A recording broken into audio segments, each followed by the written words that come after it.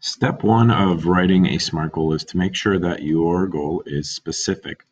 Now, in this goal, I decided to work on exhibiting accountability.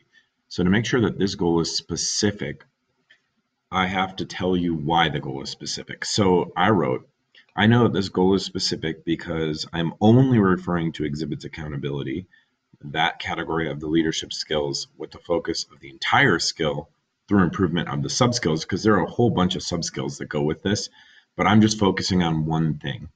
Now, I think if you really think about this, the piece about being specific avoids you saying something like, I want to get better at being good at school, for example.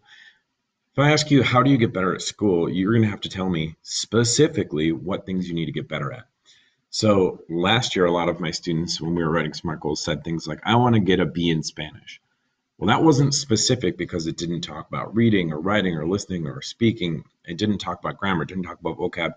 It was an all-encompassing thing that wasn't specific. So when you're writing these goals, you have to think to yourself, am I really getting down to the core of what I'm trying to improve? So instead of just saying, I'm going to get better at the leadership goals, we need to say something like, I'm going to focus on this one leadership skill and improvement over time. And really, if you start asking yourself, is there more to it? And if there is more to it, then your goal is not specific enough. But if you can ask yourself, is there really more to it, or is this exactly what I'm trying to improve on? If your answer is yes, then you're good to go on to the next step.